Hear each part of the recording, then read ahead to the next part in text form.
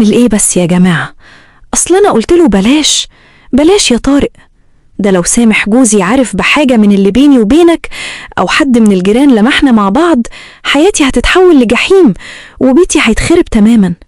بس ولا هو هنا سحبني بالراحة ومسك إيدي، ونظرة عينيه كانت كلها سيطرة وثقة تدوخ، وكأنه عارف إنه بيملك المفتاح اللي هيفتح بيه كل أبواب خوفي.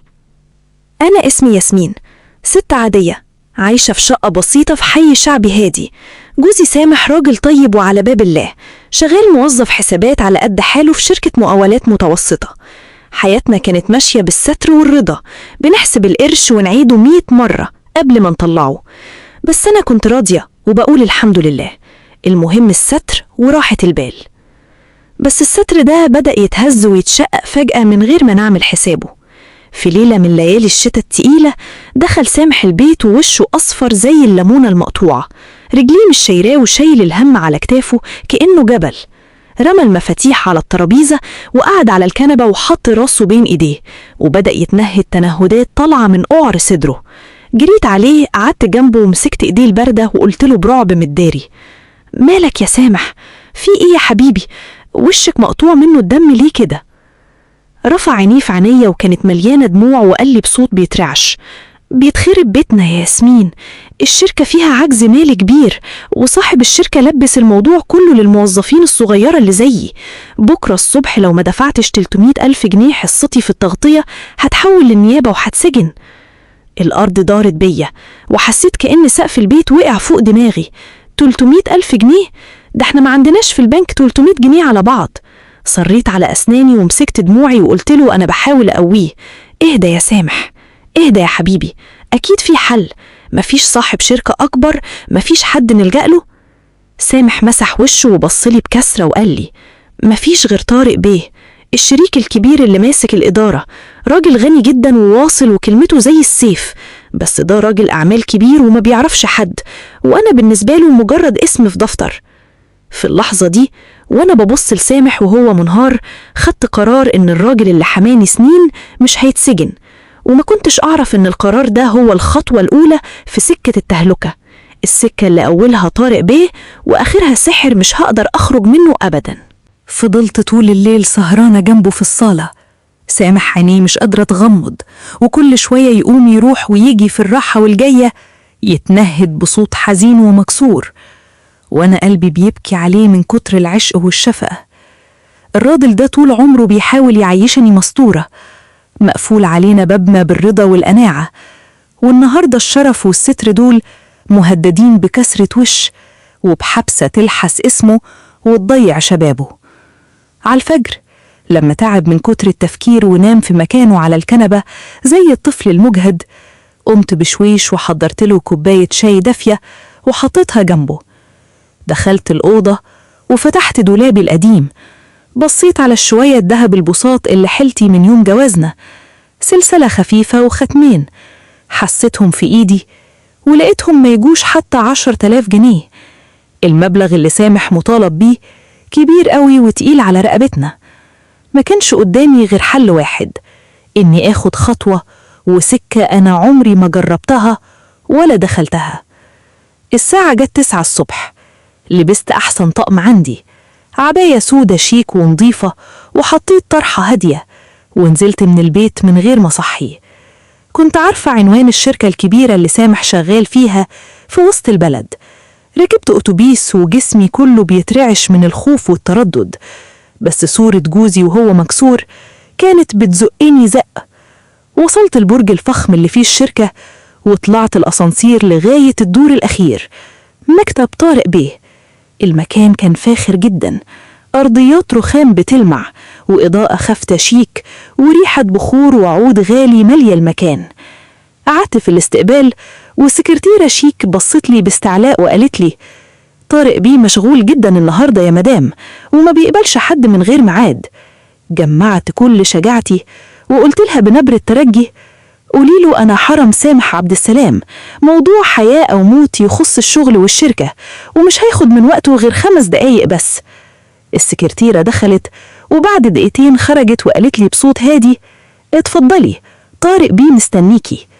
دخلت المكتب، كان واسع جدا، شباك كريستال كبير كاشف القاهرة كلها من فوق، وورا مكتب خشب أبانوس عريض كان قاعد طارق بيه، راجل في أواخر الأربعينات، أنيق جدا، لابس بدلة كحلي متفصلة بالملي، شعره فيه شايب خفيف بيديله هيبة وجاذبية غريبة، وريحته البرفان بتاعه ملت المكان. أول ما خطيت عتبة الشباك، أول ما دخلت قام وقف من ورا مكتبه وبصلي بتركيز شديد.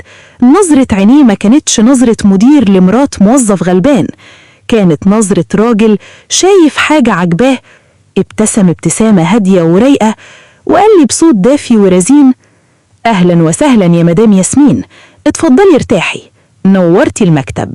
قعدت على طرف الكرسي الجلد الفاخر وجسمي كله بيترعش، حتى شنطتي في حضني وطرف عبايتي مسكاه بإيدي اللي بتترعش من الخجل والخوف. المكتب كان هادي جدا، وصوت التكييف الخفيف مع نبرة الموسيقى الكلاسيك الهادية في الخلفية كانوا بيخلوا جو المكان ما فيهوش أي توتر، بس قلبي كان بيدق زي الطبلة. طارق بيه ساب مكتبه الكبير ومشي بخطوات هادية وواثقة وقعد على الكرسي الفردي اللي قصادي مباشرة. التفت نظراته عليا بتركيز شديد، بيبص لوشي ولعيوني بنظرة فيها استكشاف وإعجاب صريح ما كانش يداريه ولا بيحاول يخبيه. حط إيد على إيد وقال لي بصوت دافي وناعم يطمن: اتفضلي يا مدام ياسمين، قوليلي إيه الموضوع المهم اللي جابك بنفسك لحد هنا؟ سامح موظف مجتهد، وأنا مستغرب إيه اللي يخلي زوجته تتعب وتجيلي المكتب. أخدت نفس عميق وبدأت أتكلم وصوتي بيترعش في الأول قبل ما يظبط: طارق بيه، أنا جايالك واستجير بيك بعد ربنا. سامح جوزي راجل طيب وملوش في اللف والتدوير، والشركة فيها عجز مالي كبير وهو مهدد بالحبس. سامح ملوش ذنب في العجز ده، وحياته وهبته هيروحوا في الوباء لو الموضوع ده ما اتحلش. أنا جاية أترجاك تتدخل وتنقذه من المصيبة دي. طارق فضل باصص لي بهدوء، نظراته ما كانش فيها غضب ولا استغراب، بالعكس كانت مليانة حنية ودلال غريب، وكأنه كان مستني اللحظة دي من زمان. قرب بكرسيه حبة خفيفة ناحيتي ومال بجسمه للأمام ورفع إيده ببطء ومسح على الترابيزة القريبة مني وقال لي بصوت واطي وناعم يدوخ: سامح راجل طيب يا ياسمين، بس انتي اللي تستاهلي كل خير. الست الجميلة اللي زيك ما يصحش عيونها تدبل بالدموع ولا تشيل الهم ده كليته. حسيت بوشي بيلتهب من الخجل وعيني هربت في الأرض. الكلام كان فيه دلال واضح، ونبرة صوته كانت بتخترق الخوف اللي جوايا وتسيب بداله قشعريرة غريبة. كمل طارق كلامه وهو بيبصلي بشغف صريح وقال لي: المبلغ اللي سامح مطلوب بيه كبير، بس بالنسبة لي مش مشكلة خالص، أنا أقدر أحله في ثانية وأشيل اسمه من الورق تماما، بس بشرط واحد يا ياسمين. رفعت عيني فيه برعب وتساؤل وقلت له بنبرة بتترعش: شرط إيه يا طارق بيه؟ أنا ما عنديش حاجة أدفعها.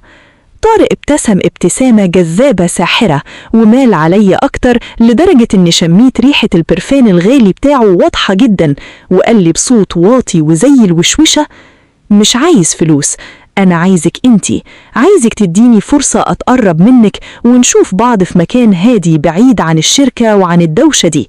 ساعتها سامح مش بس هيخرج من المشكلة، ده هيترقى ويبقى في مكان تاني خالص. الكلمات نزلت عليا زي المية السخنة، جسمي اتجمد ولساني اتعقد. بصيت للراجل الغني الأنيق اللي قدامي، وبصيت للشرط الشيطاني اللي هيغير مجرى حياتي كلها للأبد. أنفاسي اتجمعت في صدري وما بقتش قادرة أتنفس. بصيت لطارق وأنا مش مصدقة اللي سمعته. الراجل الأنيق الغني اللي كل الناس بتعمله ألف حساب بيبصلي بنظرة مليانة شغف ودلال، وبيطلب مني طلب يهد بيتي ويطير رقبتي. قمت وقفت بسرعة وشديت شنطتي لصدري، وإيدي كانت بتترعش من كتر التوتر والخوف. بصيت له وقلت له بصوت مكتوم وبيترعش: انت بتقولي يا طارق بيه؟ أنا ست متجوزة وبحب جوزي، وأمي الله يرحمها ما ربتنيش على الكلام ده. أنا جيتلك عشان استنجد بيك في مظلمة، مش عشان تساومني على شرفي. طارق ما اتنفضش من مكانه ولا وشه اتغير، فضل قاعد بمنتهى الهدوء والرزانة، وحط ايد على ايد وابتسم ابتسامة خفيفة مليانة ثقة وسيطرة تخوف. قام وقف ببطء شديد